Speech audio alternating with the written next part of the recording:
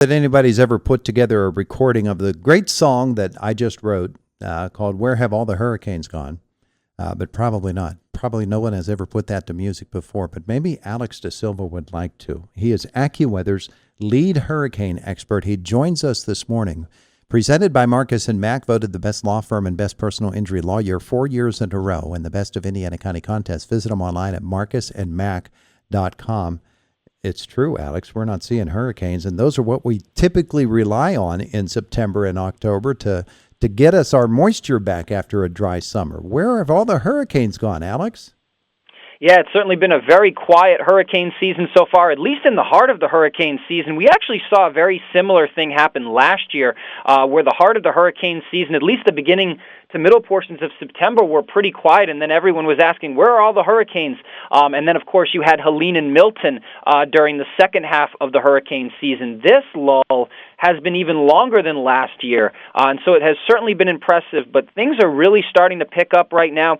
We have Gabrielle out there east of Bermuda right now, expected to become a major hurricane today, and then we have two other areas that we have interest in, one in the Bahamas that we'll have to watch, and then one a little bit further east from there that we're going to have to watch. So it looks like things are really going to start to pick up right now. One of the reasons why we saw such a quiet middle of the hurricane season was that we had a lot of dry air, which is bad for tropical development. It really hinders that tropical development. And then we had a lot of hostile winds, and those strong winds, that wind shear essentially, can disrupt tropical systems. But we're now starting to see a little bit of a reduction in that.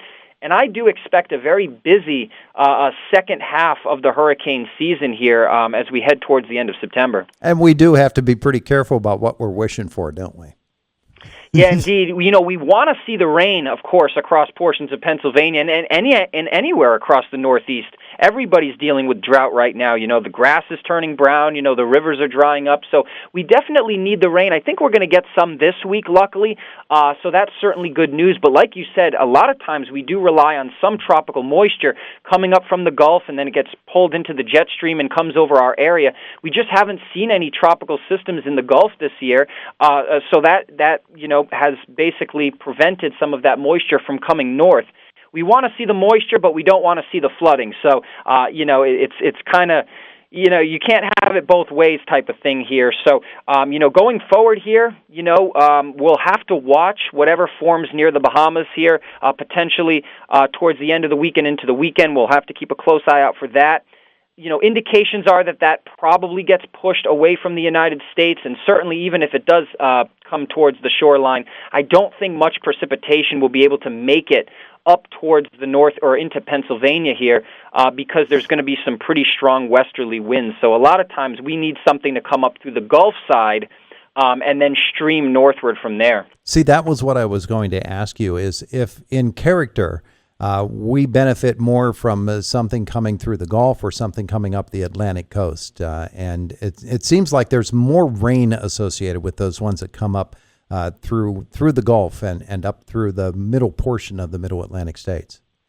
Yeah, most of the time that's true. Of course, there's a couple of exceptions. You think back to Hurricane Sandy. That one drove right into the coast, and we saw rain, all the way across Pennsylvania with that one. But that was a very highly unusual storm that just went straight west into New Jersey back in 2012. So, but yeah, most of the time, the way we see our rain here is we have a storm or, just moisture flow from the Gulf, gets pulled up into the jet stream, and then comes all the way into portions of the Northeast. But, of course, we don't want to see the damage and destruction that comes along with a lot of times these hurricanes, but we desperately do need the rain. Everywhere across the Northeast is dealing with drought at this point. Well, we typically, in our area, end up getting just the fringes of the storm, which is perfect for us because we don't get the extra damage that other areas do, but we get just the edges of the storm front, and that really is helpful to us. At the same time, we look at our neighbors, and it's not so far away that they're getting really battered and having catastrophic losses. Yeah, it's terrible. But, I mean, even places in the Northeast can still see damage. I mean, we think back to last year, Hurricane Beryl, that storm made landfall in Texas, but there were tornadoes in western New York. So just because a storm makes landfall on the Gulf Coast does not mean we can't have significant impacts in the Northeast. Luckily, we were able to escape most of those tornadoes here in Pennsylvania. But Western New York last year did see several tornadoes from Hurricane Beryl, which again made landfall in Texas and still was able to bring those impacts all the way north. It's been a slow season so far. Was that something that you were able to predict earlier in the year, that it would be this type of hurricane season?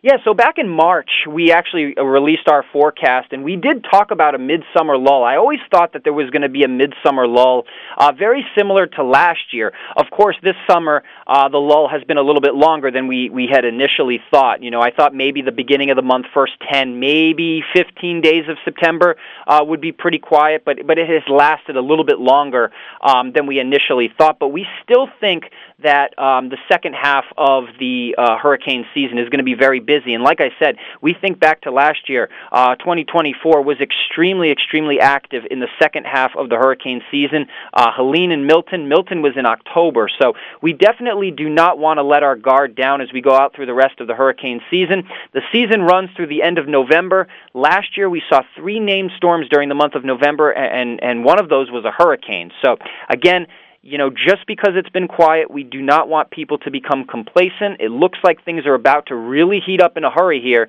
across the Atlantic Basin, and I do expect that to continue throughout the month of October, and I think we'll even see a storm or 2, maybe 3, in the month of November as well. Well, in November, if we're getting storms, does that portend anything for the coming winter then? Does the hurricane season and its intensity and the timing of the storms in the hurricane season, do they say anything about what will then come over the winter months? Yeah, I mean, that's a good question. I feel like I get that question asked all the time from snow lovers and snow haters, right? You know, does this have any impact? And I really don't think it has any significant impact on the winter season. You know, I think there's been research done on that, but I don't think anything has been super conclusive in terms of the number of storms relating to the amount of snow or not the amount of snow that we get. You know, winter's a different beast. It's a different animal. There's different things controlling it.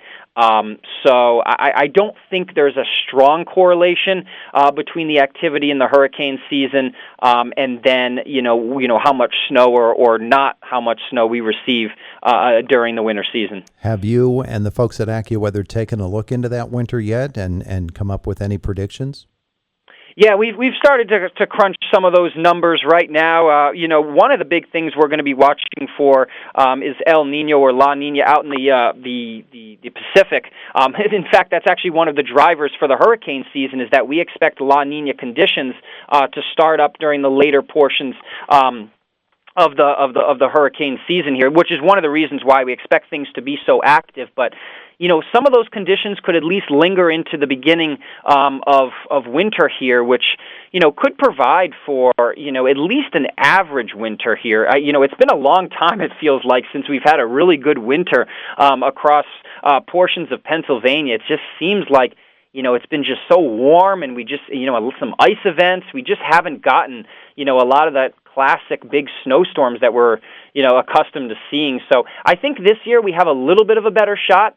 We're not forecasting, you know, significantly higher than average snowfall, but at the current time. But I think it could be near average a winter here for most of Pennsylvania. And I think I am a little concerned about lake effect, especially early in the season. Of course, it's been a fairly warm summer overall, so those lake temperatures are pretty warm still up by the lake. So once we start getting those cold air blasts coming down, I think we might have to be careful up towards Erie, places like that, because we could see some lake effect snow bands. And then even across the state, we'll have to watch, I think, for some snow squalls that might be coming across because of those really warm lakes. Those provide a lot of energy for lake effect snow and snow squalls as well. See, you're anticipating a bunch of my questions here this morning, because I was going to ask you about why we are not as affected by Lake Erie style storm effects as we would think, because it's not that far away. Lake Erie is, you know, it's a couple of hours away,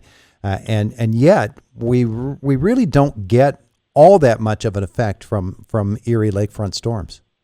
Yeah, so when you're looking at lake effect snow, if you want a lot of lake effect snow, you want the wind essentially to follow the lake. We call that a fetch. You want the wind to travel across as much of the lake as possible to pick up as much moisture as possible. So, for Erie, essentially you want the wind to be out of the southwest, because then the wind starts way back in Toledo, right off the coast of Toledo, Ohio, and then the wind just blows straight across the lake from southwest to northeast.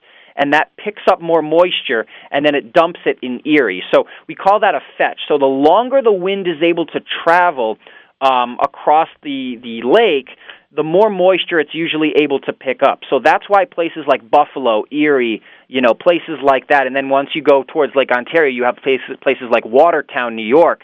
Those areas are typically the big lake effect hotspots, because those are downwind of the long section of the lake.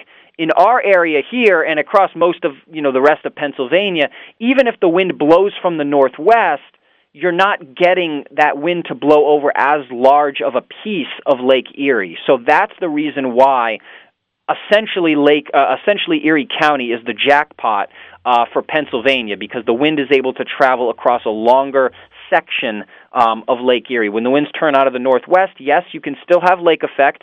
Of course, you still have the snow squalls, but you're not going to have those 4 or 5 inch snowfall rates that you see, especially in Buffalo, because of the fetch, that long distance across the lake.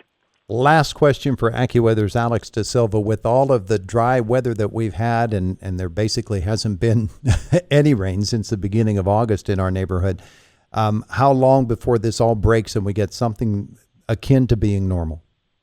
Yeah, I mean, luckily we're going to be seeing rain this week. I think we're going to see several periods of rain this week, and tonight, or this evening and tonight, I think we could see some pretty heavy rain, some downpours tonight. So, just keep an eye out for that. The ground is so dry that you can actually, despite it being so dry, there can still be flooding, because essentially what happens is the ground essentially can almost become hard. And so once it starts to rain, some of that water can run off. Just think about deserts.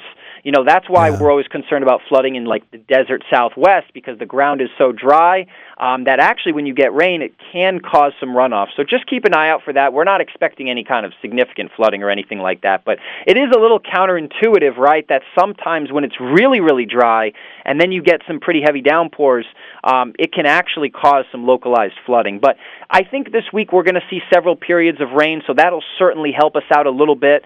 And then moving forward from there, we're just going to have to keep an eye out for the tropics here to see if we can get anything into the Gulf. Right now, I don't see anything in the next week to 10 days into the Gulf. But I think during the month of October, I think there's going to be a chance to at least get something into the Gulf. Hopefully, the intensity stays down, and then we can get some moisture from that. But, man, those waters down there are awfully, awfully warm, and that's a really big concern as we head into October. Like I said, we saw Milton last year. That was a Category 5 during the month of October in the Gulf. So those waters, nothing's been in that area yet this year. So that is a very big concern if you have any friends and family in the Gulf Coast states. Certainly want to let them know to follow the forecast really carefully, because just because it's been quiet so far, I am concerned business is going to start to pick up in the Atlantic Basin as we head towards the end of the month and then into October as well. Helpful information from Alex Dasilva of AccuWeather. Hey, thanks for spending so much time with us today. I appreciate it. Yeah, no problem. Have a great day. Have a good one. Take care. Bye-bye. There is Alex Dasilva from AccuWeather, and it's Indiana in the Morning on WCCS 101.1 FM, AM 1160, and WCCSradio.com.